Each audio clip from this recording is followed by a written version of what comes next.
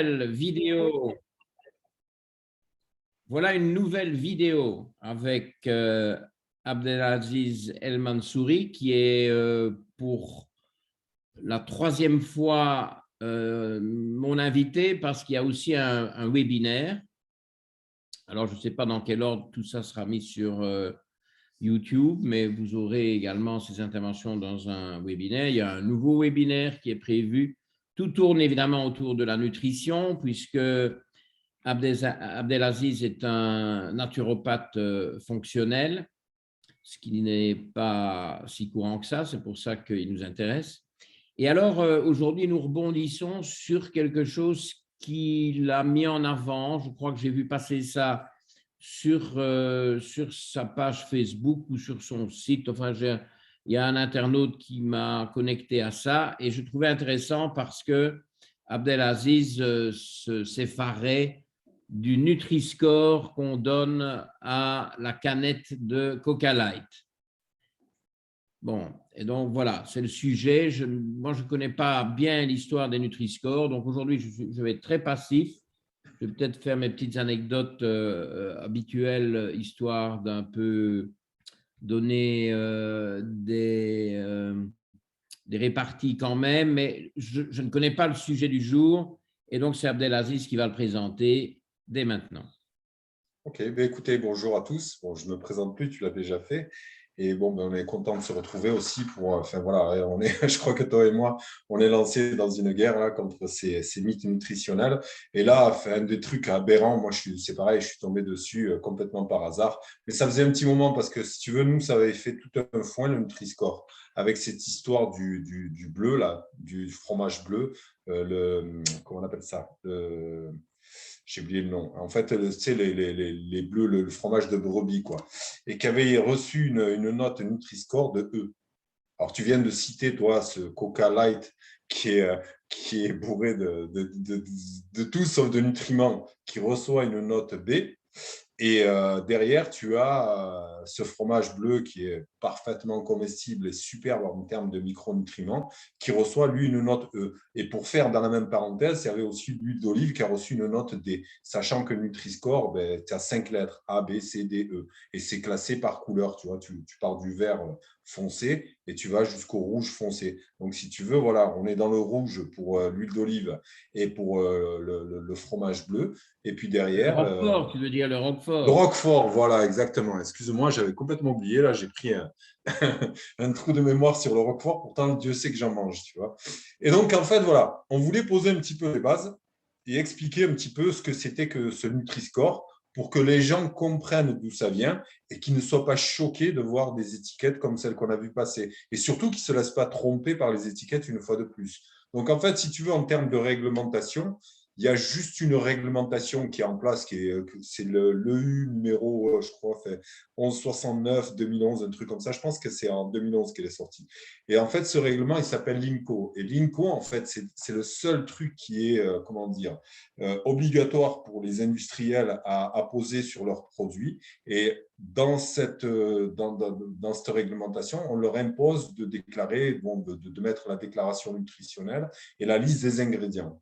Mais à la suite d'une demande du ministre des Solidarités et de la Santé, en 2017, si tu veux, la Santé publique France, elle a créé un système d'étiquetage nutritionnel qu'elle a mis en avant à mettre sur le devant des produits, qu'elle a appelé le Nutri-Score. Et donc, si tu veux, Que je vois aussi en Belgique et au Luxembourg, me semble-t-il. exactement, ouais, parce qu'après, ça a été repris par d'autres pays, tu vois, notamment la Belgique, la Suisse, l'Allemagne, l'Espagne, les Pays-Bas, le Luxembourg. Donc, en fait, tu vois, ce genre de critères, en fait, qui, tu le verras quand on va développer, qui n'est pas vraiment un critère de qualité, est recopié bêtement par d'autres pays, est mis en avant. Et si tu veux, le client lambda, ben lui, quand il va faire ses courses, il ne sait pas mieux que cette étiquette. Et au pire, ce qu'il pourrait faire, c'est tourner le produit, regarder les ingrédients. Encore faut-il qu'il ait une connaissance en termes de micronutrition ou de nutrition, tout simplement, pour pouvoir comprendre l'étiquette. Parce que ce n'est pas toujours évident. Je ne sais pas, quand tu regardes les produits, tu regardes les E240, 200 trucs, aspartame, etc. C'est très difficile de se faire une idée sur la qualité de… Mais ça, on y viendra sur la fin. Donc, en fait, le Il faut aussi qu'ils Nutri-Score, voient clair. ouais, bah, tu vois, C'est il joue. écrit très petit. Il y a quand même pas mal de Ouais. gens Bah, qui imagine vont. les papis, quoi, avec leurs yeux, s'ils arrivent à lire un truc là-dessus, quoi. Mais bon, voilà, la réglementation ne leur impose pas la taille, hein, tu vois, elle leur dit juste de mettre les produits. En même temps, tu vois la taille des produits, des fois, tu te demandes où est-ce qu'ils vont mettre ça, quoi. Et il n'y aura que des tordus comme nous qui vont aller vraiment regarder le truc, quoi. Parce que nous, on y a un intérêt, et puis ça nous permet de rigoler un petit peu, quoi, en regardant les étiquettes. Mais en fait, si tu veux, voilà, ce Nutri-Score, il a été développé pour faciliter, entre guillemets, la compréhension des informations nutritionnelles par les consommateurs et ainsi, soi-disant, les aider à faire des choix pseudo-éclairés, quoi. Donc, en fait, si tu veux, c'est en 2017 qu'il a été mis en place et ils se sont basés sur les travaux de l'équipe du professeur Serge Erkberg.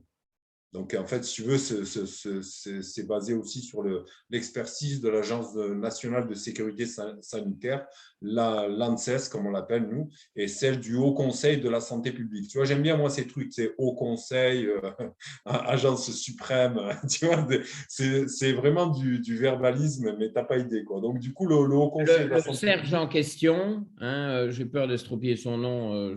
Erkberg, Oui, ça doit voilà. être de vers chez toi, ce nom. Oui, mais faut pas aller regarder les conflits d'intérêts de trop près, hein. Ben, on est bien d'accord, tu vois, parce qu'on a y venir, en fait, tu vois, ce genre de truc, je veux dire, c'est pas le bien commun qui est visé, on est bien d'accord, toi et moi. Et donc, si tu veux, grosso modo, c'est quoi? Dans l'introduction, on a exposé, grosso modo, que ce logo, là, ce Nutri-Score, c'est un logo qui est à apposer sur la face avant des emballages, mais ce n'est pas obligatoire. Ça, il faut le savoir. Ils ne sont pas obligés de le faire, mais Ah oui. comme c'est dans leur intérêt et leur avantage, eh bien, la plupart des produits industriels qui sont vendus en supermarché, eh bien, ils le font. Et en fait, cette étiquette, elle est basée sur une échelle de 5 couleurs. Ça part du vert foncé jusqu'au orange foncé. Donc, et on a plusieurs lettres, A, B, C, D, E. Et chaque lettre correspond à une couleur. Donc, si tu comprends bien que si tu es dans le A, vert foncé, tu es considéré comme un produit bien sain en termes enfin, dans leur réflexion à eux. Et en fait, si tu veux, comment cette note elle est attribuée, si tu veux, il est attribué sur la base d'un score qui va prendre en compte, si tu veux, 100 grammes de produit ou 100 millilitres de produit.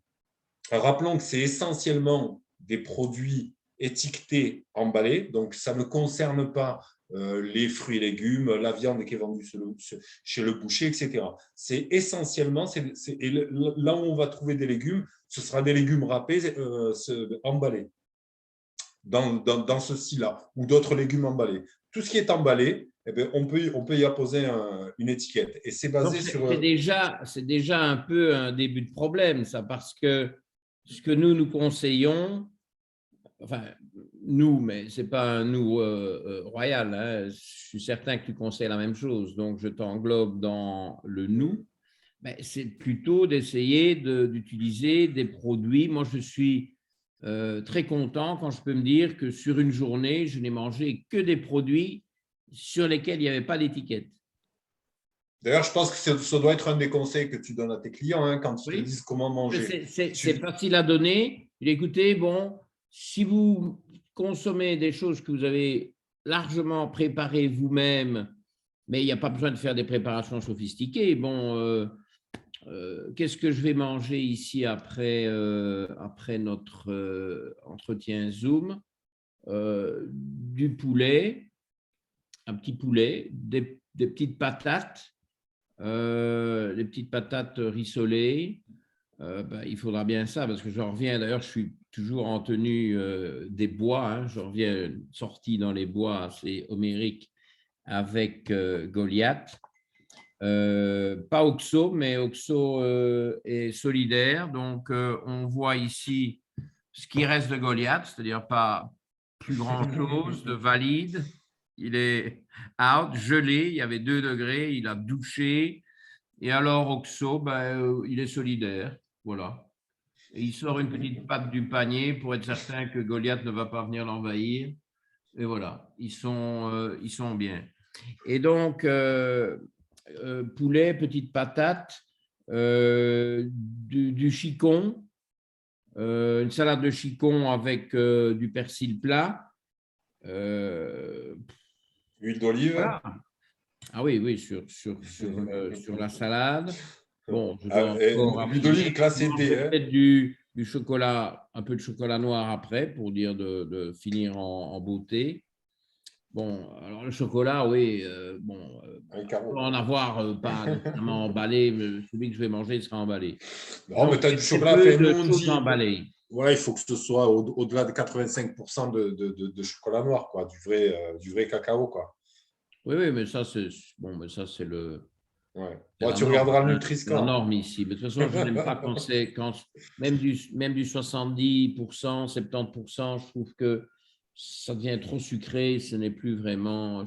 On s'habitue à l'amertume du chocolat et à aller vers du moins sucré. Il faut le faire Exactement, ouais. progressivement. C'est une éducation, on éduque son palais. Moi, tu me remets du sucre dans mon café, je ne le bois pas. C'est Oui, impossible. oui, oui, non, ça ne va pas. Et le chocolat au lait, maintenant, moi, ça ne me plaît Quel pas. intérêt? Trop Quel sucré, c'est intérêt? Il n'y a pas dégueulasse. d'intérêt. Ouais. Enfin Donc bon, voilà, allez, revenons pour revenir à nos moutons, sans faire de jeu de mots, oui, mais elle enfin, était facile, elle était facile. Donc en fait, si tu veux, eux, ils se basent sur quoi pour faire leur score? Sur une quantité de 100 grammes ou 100 millilitres. Et dans leur calcul, si tu veux, pour faire leur calcul, ils prennent en fait d'un côté les nutriments et les aliments qui sont à favoriser. Donc, selon leur concept à eux, réducteur, et j'expliquerai pourquoi je dis réducteur, c'est les aliments à favoriser, c'est les fibres, protéines, fruits, légumes, légumineuses, fruits à coque, l'huile de colza, de noix et d'olive. Donc, ils prennent tout ça en compte dans le truc et ils disent que voilà, c'est les choses qui sont à favoriser. oui, De mais dans l'autre les côté, ingrédients, voilà, voilà, de l'autre côté, ils disent qu'il faut limiter ce qui est énergie, donc les calories, ce qui est acide gras saturé, là tu verras qu'on va revenir, le sucre, et tu verras comment les industriels ils exploitent ça, parce que c'est facile de baisser le sucre, on expliquera pourquoi. Et le truc qui nous gave un petit peu, toi et moi, en plus des acides gras saturés, c'est le sel. ouais. Donc voilà, en fait, pourquoi nous on dit que c'est réducteur? Si tu veux, en termes de philosophie, tu as deux concepts qui s'opposent. Et tu as d'un côté le concept holistique et celui réductionniste. Et en fait, si tu veux, le concept réductionniste, il prend source chez Descartes, mais même bien avant Descartes, moi je dirais les encyclopédistes. Mais si tu veux, Descartes, dans son livre Le discours sur la méthode, il part du principe que pour étudier un système complexe, c'est infaisable si on ne décompose pas ce système complexe dans ses parties, dans ses parties séparées. Donc, il faut décomposer le système en plusieurs parties et étudier chaque partie séparément. Donc, selon ce principe-là, en fait, si tu veux, cette approche philosophique qui est, comme on vient de dire, inspirée de la méthode de Descartes, euh, les nutritionnistes, aux alentours de 1850, ont décidé de suivre cette façon de penser, en disant que bon, ben, si on ne peut pas expliquer le truc dans son ensemble et prendre l'approche holistique, on va faire réductionniste. Donc, ils ont commencé à découper les aliments en protéines, en lipides, en glucides, calories, minéraux, vitamines et dernièrement phytonutriments ou composés phytochimiques. En fait, si tu veux, il y a un bon côté à cette chose-là, c'est que, par exemple, ça nous a empêché pour le beriberi, pour le scorbut, de repérer que s'il y avait un manque de tel nutriment et telle chose, ça pourrait être super bénéfique de venir y ajouter tel nutriment, telle vitamine, telle chose.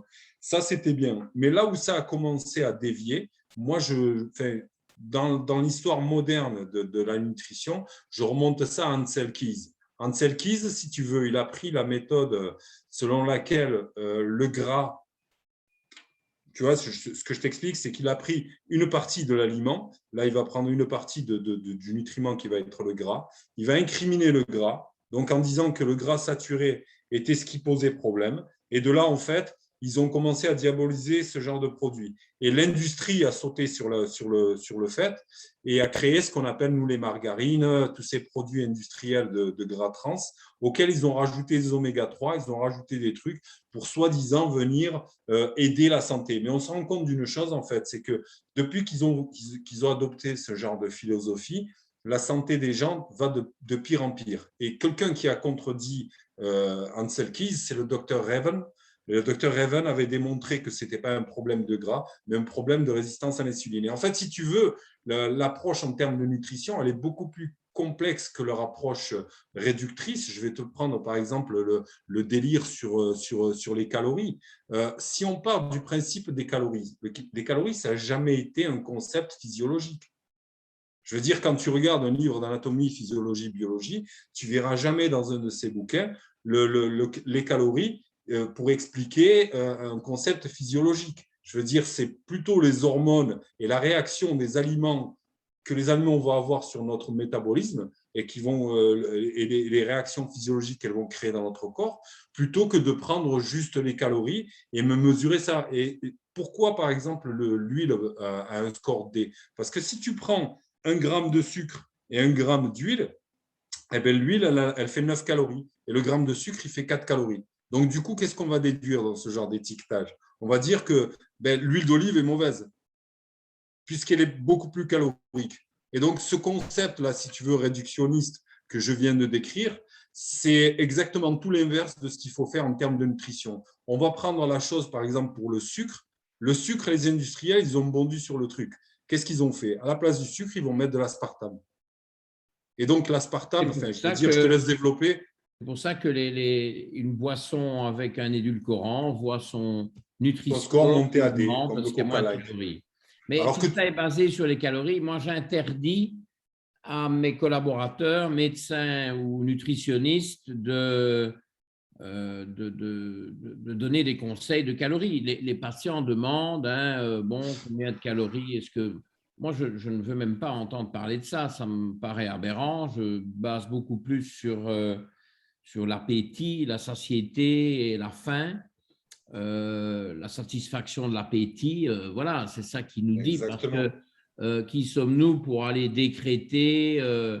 Attention, hein, j'ai encore des patients ou des internautes qui me demandent et combien de calories? Combien de calories? Mais je vais vous rigoler ou quoi? Parce que selon les conditions… Bon, aujourd'hui, j'ai besoin de plus de calories après avoir passé 2 heures dans ce froid de canard et dans des bois avec des pentes comme ça à porter mon chien, etc. J'aurais besoin de plus de calories aujourd'hui que hier.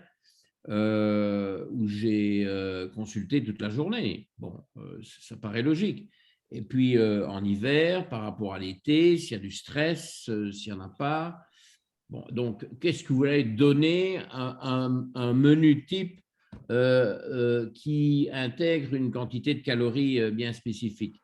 Exactement, et puis c'est ce qu'on disait la dernière fois, tu sais, l'homme moyen sur lequel ils basent leur délire, et puis justement, là, on parle du Nutri-Score, cet homme moyen, c'est un mythe, il n'existe pas. Je veux dire, tu viens de l'expliquer là brièvement et de manière magistrale, je veux dire, tu n'as pas la même activité qu'un tel ou qu'un autre, quoi. Je veux dire, tu n'as pas le même métabolisme. Donc, tes besoins à toi, les besoins d'un autre, et je veux dire, si on venait à parler juste en termes de calories, c'est complètement stupide. Là, par exemple, tous les deux, on parle le même langage. Mais notre corps, en fait, lui, si tu vas lui parler en calories, il ne comprend pas, lui, les calories. Est-ce que ça veut dire que, par exemple, 1 kilo de sucre, c'est la même chose qu'un litre d'huile d'olive? Je veux dire, ça ne fait aucun sens, quoi. Mais c'est sûr, enfin, nous, en termes de, c'est pour ça que je parlais de Raven et de sa découverte de la résistance à l'insuline, c'est que pour nous, en fait, c'est qu'est-ce que ça va produire ce genre d'aliment dans ton corps, quoi. Là, tu vois pertinemment que dans ce Nutri-Score, on recommande aussi de réduire le sel. On sait que c'est une aberration. Je veux dire, tu vas enlever le sel à quelqu'un de son alimentation.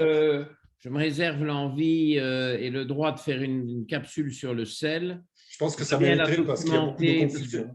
Il y a de bonnes références scientifiques sur sur le fait que réduire le sel à tout va, comme c'est conseillé très largement, est loin d'être nécessairement bénéfique. Ah, Bon, c'est bien le de contraire. nouveau, voilà, il faut quand même, dans le domaine du sel, partir de la tension artérielle. Bon, si la tension artérielle est élevée, on peut commencer à discuter. Si elle est normale, bon, il n'y a aucune raison de s'obséder là-dessus.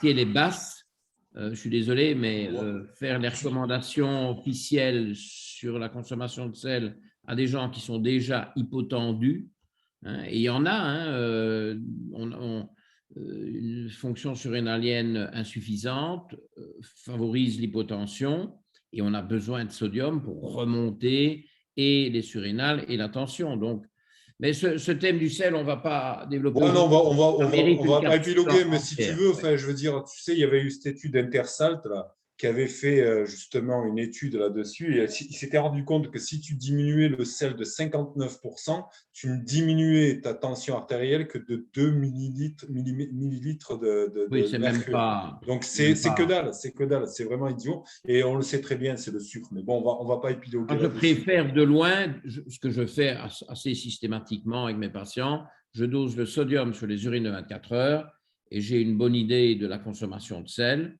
Parfois, je trouve qu'elle a quand même l'air un peu excessive. Je dis, bon, bah, c'est peut-être trop. Je vais voir la tension aussi si ça a du sens. Mais j'ai beaucoup plus souvent la demande faite à mes patients d'augmenter leur prise de sel. Mhm. Et souvent, ils ont des envies de sel, mais ils y résistent parce qu'on leur a dit que c'était mauvais. C'est Ah dommage. bon, Il faut s'écouter, c'est dommage. écoute, C'est dommage. Puis en bon, plus, tu sais, enfin, en termes, on capsule parlait de sel, physiologie, enfin, je veux dire, toi, c'est toi le médecin, quoi, hein. Je veux dire, tu sais pertinemment combien c'est un utile le sel et combien c'est cofacteur, indispensable. ben, moi, ce que je dis aussi pour calmer, parce qu'il y en a qui sont agressifs hein, dans les patients avec le sel, ils me disent, oula, hein, donc, ce que vous racontez, on m'a toujours dit que le sel était mauvais, mon médecin, hein. Je dis, si vous voulez Putain, je créer, croyais que c'était que moi, mais même toi, alors. si vous voulez, non, non, c'est courant, si vous voulez créer un écosystème favorable à la vie, il vous faut au départ deux éléments, l'eau et le sel. Bon, alors, subitement, il y a un des deux éléments de base qui peut favoriser l'éclosion de la vie qui subitement est mauvais. Bon, je veux dire, ça n'a déjà pas de sens. Pourquoi pas l'eau aussi alors hein, Ouais, exactement. c'est Ouais. toujours une question de quantité, évidemment. Hein, Bah mais oui, le puis, fait de diaboliser le sel ou diaboliser le gras, c'est ça qui me ouais. dérange. Et pareil, tu vois, d'imposer ce délire avec le sucre, là, enfin, je veux dire, tu sais que enfin, toi et moi, on en Remplacé discute par en des long, en large et en édulcorants. travers. Il y a sucre et sucre et sucre. Mais bon, comme ça considère surtout le côté industriel de la chose, ces gredins, qu'est-ce qu'ils vont faire? Eh ils vont te mettre de l'aspartame. Mais par contre, nous, on sait pertinemment que l'aspartame peut être très dangereuse, surtout quand tu montes en chaleur, au-delà de 30 degrés. Tu te rappelles ce qui s'était passé en Irak, là, l'opération comment ça s'appelait Storm, là, Storm, Tempête du Tempête du désert. désert. Ouais, et ben, ils avaient livré ce genre de coca, là, de coca light, à, aux Américains. Et en fait, je crois que c'est quel poison que ça dégage là. Il me semble que c'est l'aspartame, il y a du méthanol, il me semble. Et au-delà de 30 degrés, si tu veux, Ah oui. l'aspartame, elle relâche ce méthanol, tu vois. Alors, je te laisse imaginer, parce que là, dans le désert, c'est pas 30 degrés qui fait, quoi. Et on sait pertinemment, par exemple, que l'aspartame est lié aux maladies cardiovasculaires, est lié aux maladies d'Alzheimer. C'est lié, ça peut être problématique pour les gens qui ont du diabète. Tu vois, ça peut être des fausses croyances qui vont amener ces gens-là qui sont diabétiques à penser qu'en prenant un Coca Light, eh bien, ça va me faire du bien. Et puis, moi qui suis diabétique, je préfère prendre un Coca Light et prendre un Coca avec de l'aspartame. Et c'est pour ça que ce genre d'étiquetage, en fait, c'est limite presque criminel parce que si tu veux, c'est là que ça montre qu'il y a du lobby derrière et que tu as des industriels qui sont là pour leur bien personnel et pas pour le bien commun. Et je veux dire, la résultante, c'est que tu regardes, ben, on l'a vu, hein, la bêtise poussée à l'extrême, c'est de voir étiqueter un Coca Light avec un B bien vert, bien beau, et derrière, tu as une huile d'olive qui a D, ou tu as du Roquefort classé E. Quoi. Les producteurs de Roquefort, ils ont demandé à ce que l'étiquette soit enlevée. Quoi. Parce qu'elle n'est pas obligatoire, hein, tu sais, elle n'est pas obligatoire. C'est vraiment effrayant, mais c'est l'occasion aussi aujourd'hui, parce que voilà, je crois qu'on a déjà pas mal démontré que les Nutri-Score qui partaient peut-être d'une bonne idée pour aider les gens qui n'y comprennent rien. Il y a des gens qui ne comprennent rien aux aliments. Hein. Mais ils ne vont pas mieux comprendre avec ça. Hein. Mais non, ça a été dévoyé. Mais bon, au départ, on aurait pu se dire que c'était une bonne idée. Mais bon, c'est déjà une fausse bonne idée puisque on envoie les gens vers des aliments emballés alors que, je me répète, mais c'est important, c'est peut-être un des take-home messages à retenir aujourd'hui, hein, message à emmener à la maison, mais bon, maintenant avec ce système de visio, les gens sont déjà à la maison, donc ça n'a plus beaucoup de sens, mais c'est pas grave. C'est justement d'éviter les emballages. Voilà. Il y a aussi évidemment un petit plus environnemental parce que ces tonnes de plastique, enfin, bon, moi j'aime bien ici au Luxembourg, je peux recycler tous mes plastiques.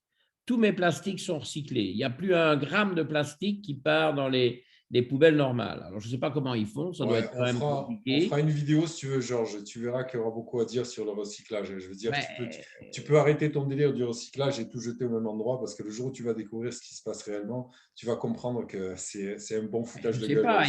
Mais après, je suis d'accord avec toi. Hein, moi, au moins on va dans ce chemin, au moins on produit ce genre de saloperie. Comme disait Coluche, hein, il suffirait qu'on l'achète plus pour qu'il ne le produise plus. Hein. C'est aussi con que ça. Oui, je veux dire, quel est l'intérêt de manger un yaourt fruité sorti de chez Danone? Je le dis. Hein. Quel est l'intérêt de boire un verre de coca? À part le côté, je veux dire, moi je pense, tu vois, j'irais même encore plus loin. Je pense qu'on devrait avoir un ministère de la santé qui fasse de la ségrégation, quoi, qui fasse vraiment, qui arrive un moment et qui tombe dur dessus, quoi, et qui interdit ce genre de nutriments. Parce que, je veux dire, au-delà même de ce qu'on explique là aujourd'hui, il y a un côté criminel à la chose. Je veux dire, tu rends les gens malades.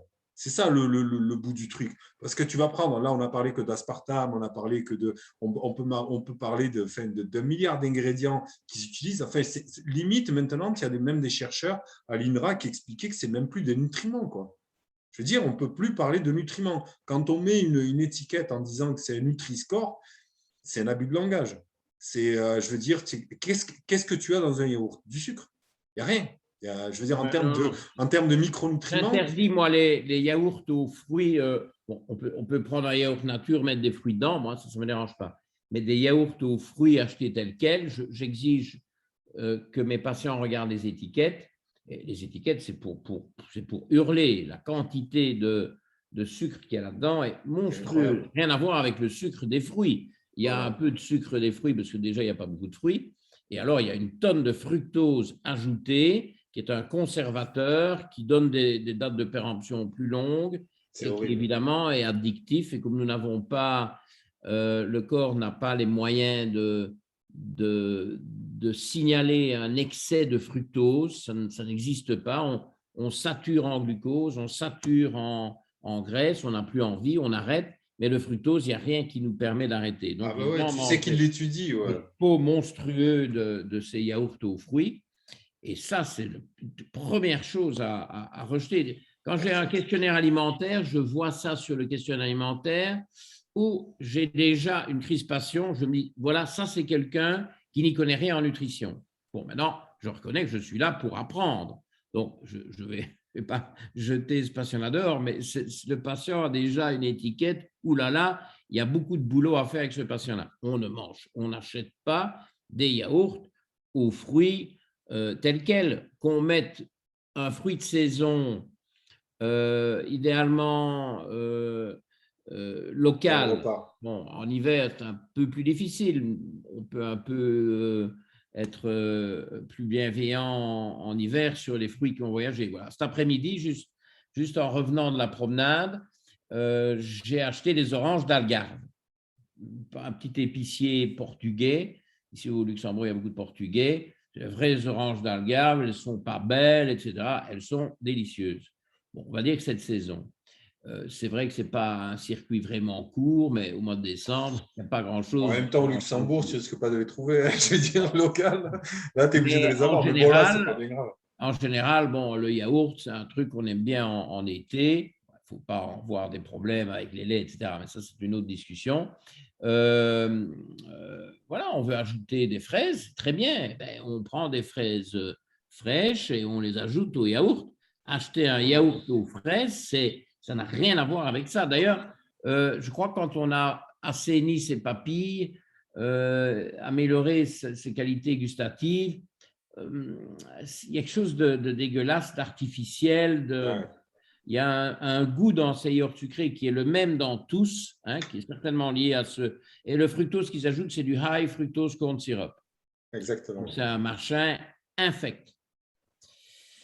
Bon, écoute, Abdelaziz, c'est peut-être le moment d'en rester là. J'ai l'impression. Ouais, tu vois, sinon on pourrait y rester pendant des heures. Là, moi, j'en avais encore 10 milliards de questions, mais bon, là, c'est clair que bon, voilà, nous le but aujourd'hui, c'était de dénoncer ce foutage de gueule, quoi. C'était de vraiment mettre ça en avant et de conseiller aux gens de ne pas y toucher. Les Nutri-Score, on n'est pas content avec ça. OK. Bon, ben écoute, passe une bonne soirée. Pareil. Je vais aller manger mon poulet. OK. Moi, je vais aller fêter l'anniversaire de ma petite. Ah, ben alors, super. Bon anniversaire à la petite. Allez, grosse bise. Ciao, ciao. Salut. Merci de m'avoir invité.